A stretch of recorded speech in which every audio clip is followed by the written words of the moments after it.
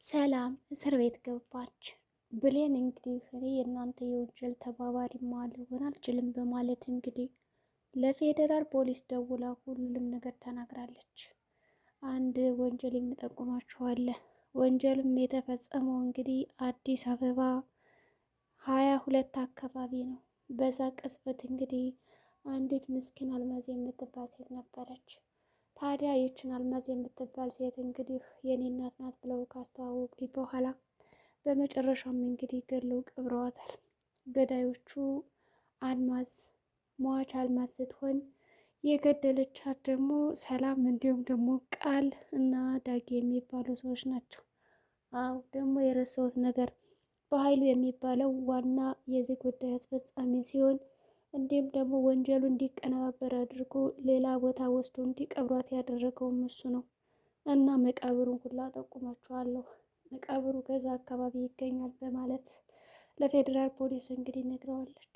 ፌዴራል ፖሊስም እንግዲህ በደረሰው ምርመራ መሰረት ሁሉንም እያንዳንዱ ነገር ደውሎ እያጣራ ይገኛል። ነገር ግን አታስቢ፣ በሰላሳ ደቂቃ ውስጥ የተቀበረችበትን ቦታና የት ወስደው እንደደበቋት ሬሷን እናገኛታለን። አታስቢ፣ ስለነገርሽንም ማስረጃና መረጃ ጠርቀም ያለ ገንዘብ እንደምንከፍልሽ እርግጥ ነው በማለት ለብሌን ብዙ ገንዘብ እንደሚከፍሏትና ወንጀሉን ስለነገረቻቸው እንዲሁም ደግሞ አመስግነዋትም ነበረ።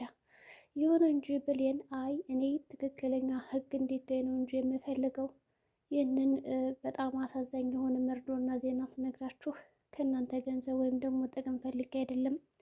ያው አልማዝ የሚጠብቋት ቤተሰቦች አሉ። እነዛ ቤተሰቦቿ የት ናት ብለው እየፈለጓት ሊሆን ይችላል። ታዲያ በዚህ ቅጽበት እንግዲህ ይህንን ነገር ብታውቁና ለቤተሰቦቿ ራሱ ብታሰሙ ጥሩ ነው ብዬ ነው እንጂ ከእናንተ ገንዘብ ፈልጌ አይደለም። ህግ አለ አይደለም የሚባለው። ስለዚህ እኔ ህጉን ነው የተከበርኩ እንጂ ገንዘብ አልፈልግም በማለት ፖሊሶች የሰጧትን ገንዘብ እንግዲህ ትታው ሳትቀበል ቀርታለች። ሰላምም እንግዲህ እጅ ከፍንጅ ተይዛ ወደ እስር ቤት ገብታለች። በሌላ በኩል እንግዲህ በኃይሉ ሰላም ታስፈታኛለች ከገባሁበት እስር ቤት ብሎ ነበር የጠበቀው። ግን እሱም ያልጠበቀው ነገር ነው የገጠመው። በእስር ቤቱ መካከል እንግዲህ በፍርድ ቤቶች መካከል ተሰብስበው ይገኛል። ይሁን እንጂ አጅሬ እንግዲህ በኃይሉ እህቱን እየተጠባበቀና እየተተማመነባት እንደነበረ እርግጥ ነው። እሷ ታስፈታኛለች ብሎ ሲጠብቃት ግን እህቱም ራሱ እስር ቤት ገባችለት። ይህንን አጋጣሚ በመጠቀም እንግዲህ ሳሚና ቃል ይቺ አልማዝ የምትባለውን ደግሞ መልሰው ወደ መጣችበት ሀገር እንዲያደርጓት ሊያሳፍሯትም ፈልገዋል። እንግዲህ ሳሚ እኛ ብዙ ገንዘብ ነው የምንፈልገው ከሰላም 200 ሺህ ብቻ አይደለም በማለት ለቃል አማክሯት ነበረ። ቃልም እንግዲህ እኔ ገንዘቡን እቀበላለሁ ብለውም ነበር ለሳሚ። ግን ስትጠየቅ ሰላም እኔ ምንም አይነት ገንዘብ የለኝም፣ ይኸው እስር ቤት የገባሁት እኮ ገንዘብ ስለሌለኝ ነው። ስለዚህ የምሸጠውም ሆነ የማናግደው አንዳችም እቃ ራሱ የለኝም። ውድ እቃ ቤቴ ውስጥ ያሉት ራሱ የሚሸጡና የሚለወጡ ነገሮች አይደሉም። ከሶፋ ውጭ ሌላው ፎርጅን ነው። የምታየው እያንዳንዱ ጌጣጌጥና የወርቃማ ነገር የሚመስለው በሙሉ ወርቅ እንዳይመስልሽ። እኔ ዝም ብዬ ሲቸገረኝ ጊዜ አንቺን ለማሳደግ እየሸጥኩ በጣም ውድ ውድ የሚባሉትን እቃዎች አንቺን እያቀለብኩበት ነበር የኖርኩኝ እና ይሄ ውድ እቃ መስሎ የሚታይሽ እንዳለ ፎርጅን ነው። የቤቶቹ እቃዎች እንዳለ ፎርጅን ናቸው። ምክንያቱም ሽጬ ስለበላሁት ዋና እንዲሁም ደግሞ ገንዘብ የሚወጣልኝን እቃ ከዛ ልክ በዛ መሰረት እንግዲህ ፎርጅን እቃ አሰርቼ ነው እዛ ውስጥ ያስቀመጥኩት። ያለ ሳልሆኑ ሌላው ነገር አርቲፊሻል ነው። ምንም በቃ ጠርቅም ያለ ገንዘብ ሊያወጣልኝ የሚችል ገንዘብ የለም። የተጠየቁትን ገንዘብ እንኳን መክፈል አቅቶኛል። ለወንድም የራሱ እንኳን መድረስ አልቻልኩም። እንኳን ላንቺ ይህንን 200 ሺህ ልሰጥሽና በማለት እንግዲህ ሰላምም ለቃል ነግራታለች። ቃልም እንግዲህ ከዛ ቅጽበት እንዴት ሊሆን ይችላል? አረብ ሀገር እኮ በጣም ብዙ ነገሮችን ሰርተሽ ነው የመጣሽው፣ ታዲያ የት ገባ በማለት አፋጣታለች። እንግዲህ ሰላምን እንዲህ ያመሻል አንቺ ልጅ፣ ቤት ሰራሁበት፣ ከዛ በኋላ የተረፈኝ ነገር የለም፣ እቃዎችንም አሟለሁበት፣ ግን ደግሞ አንዳንድ እያለ ሲቸገረኝ ሔዋንችም በቀን ስንቶች ነው የምታወጪው? ቢያንስ እንኳን ለፀጉርሽ የምታወጭለት እኮ ወጪ አሁን ላይ በጣም ከ100 ሺህ ብር በላይ ነው። ስለዚህ እኔ የት የማመጣው ይመስልሻል? አሁን ላይ ደግሞ ስራም የለኝም፣ ቁጭ ብዬ ነው ቤት ውስጥ ሞላውና ማረው። ታዲያ ገንዘቦችን የት እያመጣኋቸው ይመስልሻል? አንቺ እንኳን እንግዲህ ከመጣሽና ከኔ ጋር ከተገናኘሽ በኋላ ቢያንስ እስኪ እናቴን ላግዛት ብለሽ እንኳን ስራ አልጀመርሽም። አንቺ ስራ ከመጀመርሽ ይልቅ እናትሽ ያመጣችውን ገንዘብ ቁጭ ብለሽ ከመብላትና ከማጥፋት ውጭ ሌላ የሰራሽልኝ ነገር የለም። እስኪ በአሁኑ እንኳን ጥቀሚኝ።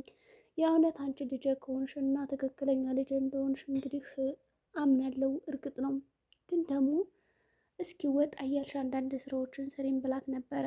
ቃልም እንግዲህ እያለቀሰች ምንም ችግር የለውም እናቴ ከዚህ በኋላ እኔ እደርስልሻለሁ በማለት እንግዲህ ስራ ልትሰራላት እንደነበረ ይነጋገራሉ። ከዛም በኋላ ሳሚን እኔ ስራ መስራት እፈልጋለሁ፣ እባክህ የሆነ ቦታ እንድትቀጥረኝ እፈልጋለሁ ትለውና ሳሚ ደግሞ በኃይሉ ከሚሰራበት ስራ ጸሐፊ ሆኖ እንድትቀየር ያደርጋታል።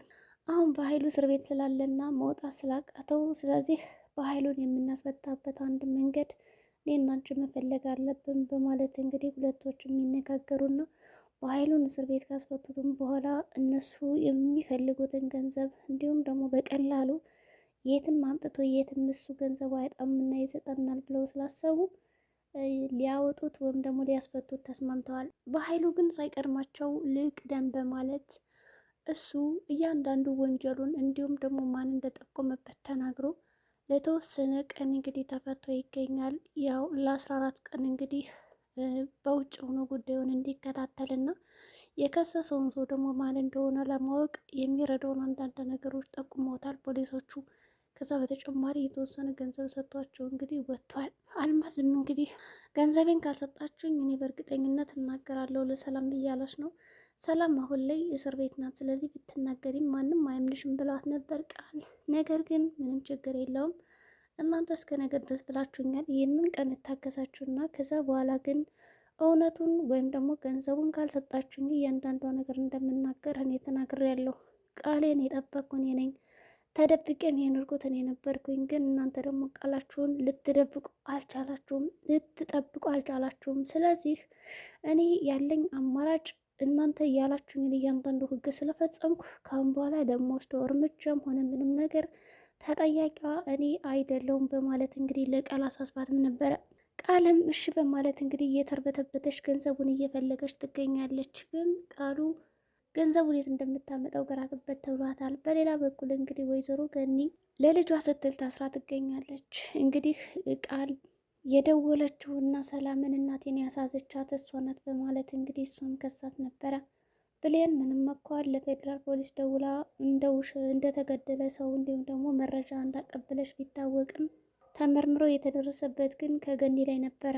ገኒም ልጇን አሳልፋ ላለመስጠት እንግዲህ አዎ የሲም ካርድ የኔ ነው በማለት እንግዲህ መስክራ እስር ቤት ገብታ ትገኛለች። አሁን ሰላም ራሱ እስር ቤት ናት፣ ገኒም እስር ቤት ናት። ስለዚህ ሁለቱ ልጆች እንግዲህ እናታቸውን እያጡ ነው። ዳጊ በዚህ ቅጽበት ምን አድርጌ ማስወጣት ወይዘሮ ገኒን፣ ሰላምስ የራሷ ጉዳይ በራሷ ጥፋት ነው የታሰረችው። ገኒ ግን ያለምን ጥፋቷ ስለሆነ እንዴት አድርገን ማስፈታት እያለ እየተጨነቀ ነው። እንደገና ደግሞ ቢያንስ እንኳን በዋስ ትፈታ ተብሏል። እንግዲህ ዋስ ራሱ የሚሆናት አጣለኝ።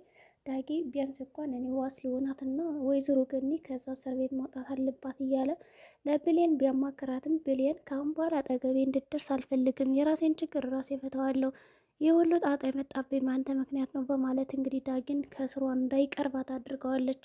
አልማዝም እንግዲህ ቃልን ብትጠብቃት ገንዘቡን የምትሰጣት አይደለችም። ስለዚህ እሷ ያደረገችው ነገር ምንድን ነው? ሰተት ብላ መታ ቤት ነበር ያንኳኳቸው። ብታንኳኳም ግን አልማዝ ወደ ውስጥ መግባት አልቻለችም ነበረ። ምክንያቱም ቃል እንዳገቢ ብላ እየከለከለቻት ነው። በጠዋትም ነበር የመጣችውና ሰላም በዚህ ቅጽበት ቃል ደግሞ ምን እያወራች ነው በማለት እንግዲህ ጉዳዩን ብታጣራም ቃል ልትናገር አልቻለች። በሌላ በኩል ሳሚ 2 ሲም ካርድ አለው። በዚህ ሲም ካርድ እየሞካከረና እየቀየረ ገንዘቡን አምጭ ብሎ እያስፈራራትም ነበር። ግን ደግሞ እንዳጋጣሚ ሆንና ስልኩን ስትደውልላት እየሰራ አይደለም። ለትንሽ ነው እንግዲህ ያመለጠው ማለት ይቻላል። እንግዲህ ማን እንደሆነ ለመለየት ቶሎ ብሎ ሲሙን ቀየረው። ሰላምም እንግዲህ ሳሚ እንደሆነ የሚያስገድዳትና ገንዘብ ደግሞ አምጪ እያሉ የሚያስቸግሯት የራሷ ሰዎች እንደሆኑ ደርሳበታለች። ይህንንም የደረሰችበት ግን በጣም አርፍዳ ነው።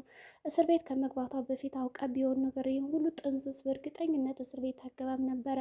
ነገር ግን እስር ቤት ከገባች በኋላ ሳሚና ቃል ተባብሮባት እንዲሁም ወንድሟም ተባብሮባት ነው ያገኘችው። እረፍዶባታል። አሁን እንዴት እንደምትወጣ የምታስበው እና ከወጣችን በኋላ እንዴት አድርጌ ነው እነዚህ ሰዎች ከህይወት የማባራቸው? ያቺ ብሌን እኮ ነግራኝ ነበር፣ ማመን ነበረብኝ በማለት እንግዲህ እየተጸጸተች ነው። እንግዲህ አስቴር ወይም ደግሞ አልማዝ እኔ እስር ቤት ሂጅ አናግራታለሁ ሰላምን እያለች ነው። ስለዚህ ቃል አይሆንም ብላ ብትከለክላትም ነገር ግን ራሷ ወደ እስር ቤቱ ሂዳ ሁሉን ነገር ነግራታለች። በኃይሉ እንዳቀነባበረባት እንግዲህ አልማዝም በህይወት እንዳለች በአይኗ በብሌኗ አይታለች። እንግዲህ ሰላም እንዴት እንደዚህ ያደርገኛል በማለት እየፎከረች ትገኛለች። አልማዝም ለማንም እንዳትናገሪ እባክሽን ይህን ነገር ሚስጥር ነው ብላ ነበር የነገረቻት ለሰላም። ሰላም ግን እያበደች ነው ወይስ ደግሞ ከአይምሯ ውጭ ሆኖ ይህን ሁሉ ነገር ትናገራለች ለሁሉም ሰው? እንግዲህ የዛሬ ቪዲዮአችን ይህን ይመስላል። በቀጣይ ቪዲዮ እስከምንገናኝ መልካም ጊዜ። ለዚህ ቻናል አዲስ ከሆናችሁ ሰብስክራይብ አድርጉ፣ እንዲሁም ላይክ ሸር አድርጉ።